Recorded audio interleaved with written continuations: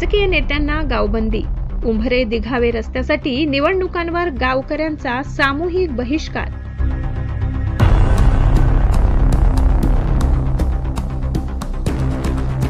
गेल्या 40 वर्षापासून उंभरे ते दिघावे या मुख्य रस्त्याचे डांबरीकरण रखडल्याने ग्रामस्थांच्या सहनशीलतेचा अंत झालाय।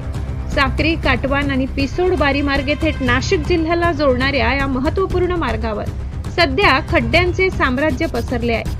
रस्त्याच्या अत्यंत दुरावस्थेमुळे रात्रीच्या वेळी दुचाकी चालवताना वाहनधारकांना बिबट्या व इतर वन्य प्राण्यांच्या हल्ल्याचा थेट जीवघेणा धोका निर्माण झालाय। या रस्त्यासाठी तब्बल 13 कोटींचा निधी मंजूर झाल्याचे सांगत आमदार मंजुळा गावित यांनी स्वतः प्रसिद्धी पत्रक काढून श्रेय घेतले होते। मात्र वर्क ऑर्डर निघूनही अद्याप प्रत्यक्ष कामाची एक वीटही न रचली गेल्याने उंभरे ते म्हसदी परिसरातील काटवान भागातील नागरिकांमध्ये लोकप्रतिनिधींविषयी प्रचंड संताप उसळलाय।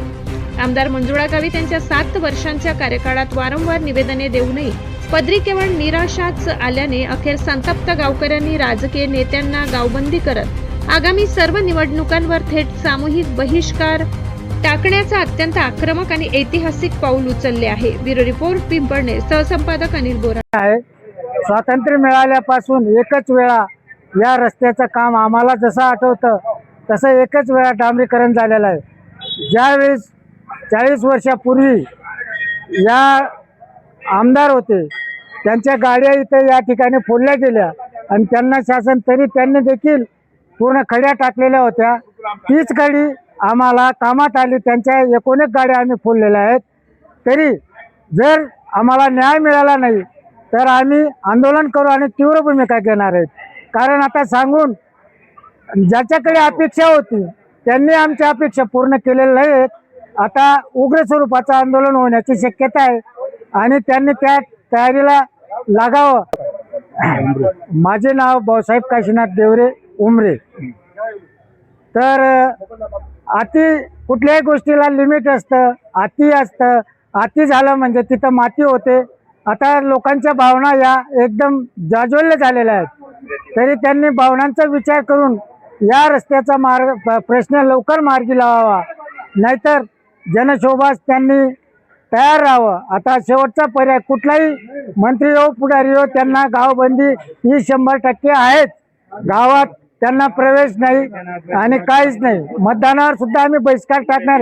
याच्या पुढचं कुठलंही इलेक्शन राहिलं तरी आम्ही त्याच्यावर बहिष्कार टाकणार आहेत। आणि आठवडे बाजार आहेत नेरपर्यंत या रस्त्याचं काम 2-3 वेळा 7-8 वेळा निवेदन झालं, करतो त्यांनी आम्हाला वेळेत काढलेलं आहे। आमदार साहेबांना इथं निवेदन दिले 2 वेळा हो तुम्ही या, तुम्ही द्या। आम्ही आता हे बागायतदार गाव आहे, प्रत्येक माणसाला काही ना काही काम असतं। आम्ही त्यांच्या मागे फिरण्यापेक्षा त्यांनीच समजून घ्यायचं, करून घ्यायचं। आम्ही तर त्यांना आमच्या परीने वेळेत वेळ काढून निवेदनं दिलेले आहेत, पूर्ण माहिती दिलेली आहे, तरी ते प्रत्यक्ष कानाडोळा करतायत आणि कुठल्याही पद्धतीचं ते पाऊल उचलू हो आम्हाला असं करतो असं आश्वासन दिलेलं आहे त्यांनी, मंजूर झालेलं आहे। आमदार साहेबांनी 2 वेळा इथं येऊन सांगितलं या 13 कोटी रुपये मंजूर झालेले आहेत, तरी काहीच नाही। पालथ्या गाडीवर पाणी, जैसे तेच परिस्थिती आहे। काय झाली उमर ते दिघावापासून म्हणजे नेरपर्यंत 16 काटवान मधील हा महत्वाचा रस्ता, ज्याने आम्ही साक्री तहसील आणि धुळे याच्या प्रवासाकरता हा आमच्यासाठी महत्वाचा असलेला रस्ता गेल्या 40 वर्षात 8-10 आमदार निवडून आणि आता भावी आमदार असलेले आमदार आपले 7 वर्ष झालेत, तरी आमचे रस्त्याचे प्रश्न सुटलेले नाहीत। तरी आमचा हा रस्ता बनवून द्यावा असं आम्ही वारंवार त्यांच्याकडे विचारणा केली असता रागाने आमच्या इथून आमदार निघून गेलेत। नंतर आमचा इथला विजेचा प्रश्न आहे, सबस्टेशनचा निधी पडलेला असून त्याचंही कारवाई काही होत नाही आहे।